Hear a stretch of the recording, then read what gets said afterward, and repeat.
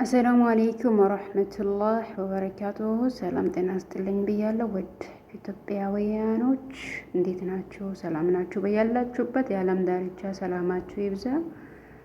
ሁላችሁንም ሰላም ሰላም ብያለሁ። እንዴት ናችሁ? ሰላም ናችሁ ወይ?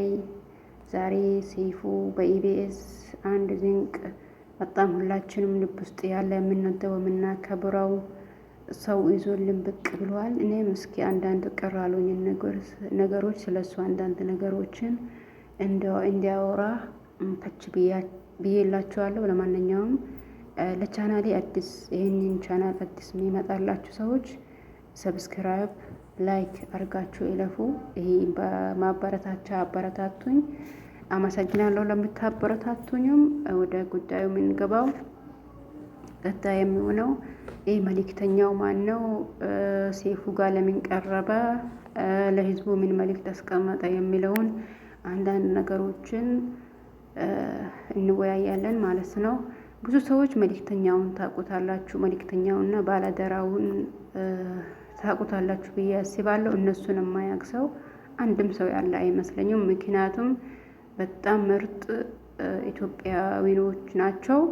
እኔ በህይወቴ እንደዚህ አይነት ሰው በጣም ያስደምመኛል። ማለት ዘር፣ ቀለም ወይም ደግሞ ብሔር፣ ሃይማኖት ሳይሉ በቃ ሰውን ሰው በመሆኑ ብቻ የሚረዱ ሰዎች በጣም አስደምሙኛል እና በጣም አከብራለሁ፣ በጣም እወዳለሁ።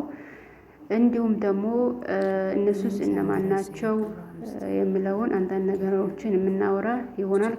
ከሱም አንደበት ከመልእክተኛው አንደበት በጣም ትሁት የሆነ በጣም ሰው አክባሪ ጨዋ። በነገራችን ላይ ጨዋ መሆኑ መጀመሪያም ያስታውቃል። እሱም የሚያስታውቀው በምንድን ነው? በትህትናው፣ አንደበት ርቱ ነው። በጣም ትህትና የተላበሰ ነው። ሰውን ሲያናግር ራሱ ትልቅ ትንሽ ሆነ አንቱ ብሎ የሚያናግር ሰው ነው።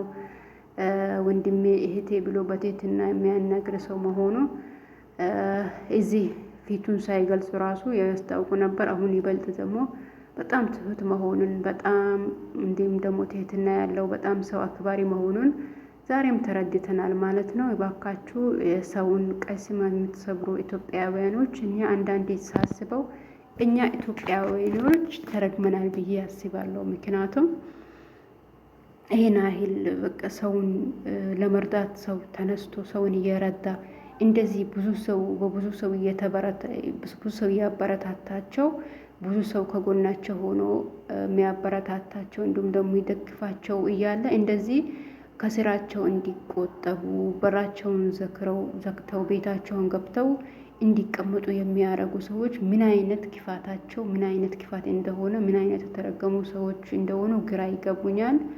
ምክንያቱም በእነሱ ስም እነሱን ለማጠልሻት እነሱን ቅስም ለማስበር እነሱን ደግሞ ሰው እንዳይረዳ ብዙ እህት ወንድሞች፣ አባት እናት የሚረዱት ይሄ አባት እናት እንዳይረዱ እንዳይደገፉ ማድረግ በራሱ ማለት ይሄ የእርግማን ማለት እንደኔ በእኔ አስተሳሰብ እርግማን የወረደበት ሰው ነው ማለት ነው። አሁን ባለፈው ብዙ ሰዎች ልታዩት ትችላላችሁ። ማለት ይሄ ባላደራው በፌስቡክ ፔጁ ላይ የገለጸው ምንድን ነው? ከዚህ በኋላ እርዳታ እንዲያቆምና ማንም ሰው በሱ አካውንት ብር እንዳያስገባ ያለውን ብቻ ረድቶ ከዛ በኋላ እርዳታ እንዲያቆም ነው በፌስቡክ ገጹ የለቀቀልን ያለው። ይሄ ምንድን ነው? በነዛ ክፉ ሰዎች የተነሳ ነው ማለት ነው። በዚህን ጊዜ አሁን እነሱ አሁን የቆዩ ናቸው መሰለን መልእክተኛው እና ባላደራው ስንል እኔ የማውቃቸው ቢያንስ 5 ዓመት ከ5 ዓመት ይበልጣል እንጂ አይተናነስም። ነገር ግን አሁን በጊዜው ራሱ አሁን በዚህን ጊዜ ረዱ የምንላቸው ሰዎች እየረዱ ነው የምንላቸው ሰዎች ሰውን ይረዳሉ የምንላቸው ሰዎች ልዩልኝና ለይስሙልኝ ነው። ይሄ ማስተር አብነት ማስተር ሲቀር ማለት ነው። ሁላቸውም የሚሰሩት ራሳቸውን እንዲያሳድጉ በእነሱ የተነሳ ፎሎ እንዲያገኙ ላይክ ሰብስክራይብ እንዲያገኙ ነው እንጂ ማንም እንደዛ እንደነሱ ራሱን ደበቅ አድርጎ ራሱን ህይወት ጥሎ የራሱን ህይወት ትቶ እንደነሱ ራሱን ደግሞ ሸፍኖ በቃ ይሄ ማለት ምንድነው? ቀኝ እጄን የሚሰጠው ግራ እጅ እንዳያይ ነው እነሱ አሁን በእኛ ምስልምና አለ ያኔ ቀኝ እጅ ሲሰጣ ግራ እጅ እንዳያይ ነው። በቃ እነሱ አሁን የሚሰሩት እንደዚህ ነው። በቃ አሁን ፊታቸውን መልቀቅ ይሁን ማለት መናገር እንደዛ ፎሎ መሰብሰብ ወይ ሰብስክራይብ መሰብሰብ ብዙ ማድረግ ይችሉ ነበር። ነገር ግን እንደዚህ የሚያደርጉት የሚሰሩት የቂን ስላለው ነው ማለት የቂን ስላችሁ ምንድነው በቃ ከልባቸው ስለሆነ ነው። እና እባካችሁ ተው። እኔ ትልቅ ሚዲያ ኖሮኝ አንዳንድ ነገር በቃ ቢገጽጻቸው እኔ ቢሰማልኝ ደስ ይለኝ ነበር። እነዚህን ክፉ የሆኑ ሰዎችን አላህ ልቦና ይስጣቸው፣ አላህ ሂዳያ ይስጣችሁ ማለት ነው። እንግዲህ ወንድማችን መልእክተኛው እንዳየነውም እንደሰማነውም በጣም ትሁት አንደበተ ርቱዕ ገና ከተፋታው ከሚስቱ ራሱ ያለው ክብር የሚያሳየውን አክት አይታችኋል። ያኒ ምን ያህል ትሁት ምን ያህል ደግሞ ሰው አክባሪ እንደሆነ ምን ያህል ደግሞ በቃ ለሰው ክብር ያለውን ክብር ለሰው ለሚስቱ እኮ በቃ በእኔ የተነሳ እንዳትጨነቅ ነው አለው። እንዳትጨነቅ የሷ ህይወት ተመችቷታል። በቃ ስለዛ እናስታርቃት ብላችሁ አታስጨንቋት፣ ጫና እንዳትፈጥሩባት እያለ ነው ያለው። ይሄ ምንድነው የሚያሳየው? በቃ ለሚስቱ ያለው ክብር ነው የሚያሳየው በእርግጠኝነት ማለት ነው። ያውም ጠራረገዋለሁ። መልእክተኛው ሞቅ አድርጋችሁ ወደዚህ እስኪ መልእክተኛው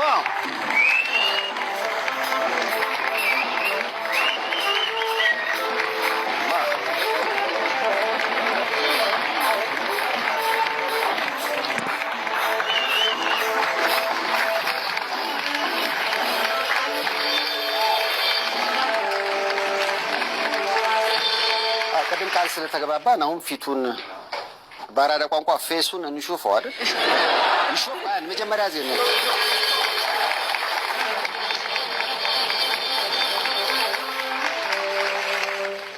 ካሁን በኋላ መንገድ ላይ ስታስቸግሩት ብዬ አሰብኩና ታውቁት። ስንት ዓመት ነው እንደዚህ ፊት እንደበቀ የሰራኸው? እንዳልኩ በትክክል አይታወቅም። በአመት ደረጃ እስከ 5 ዓመት ድረስ ምን ያህል ሰዎችን አገዝክ? አላውቅም። እሱ የወቃቸው ነው። 5 ዓመትማ ካገለገልክ ቀሪውን ደግሞ ፊቱና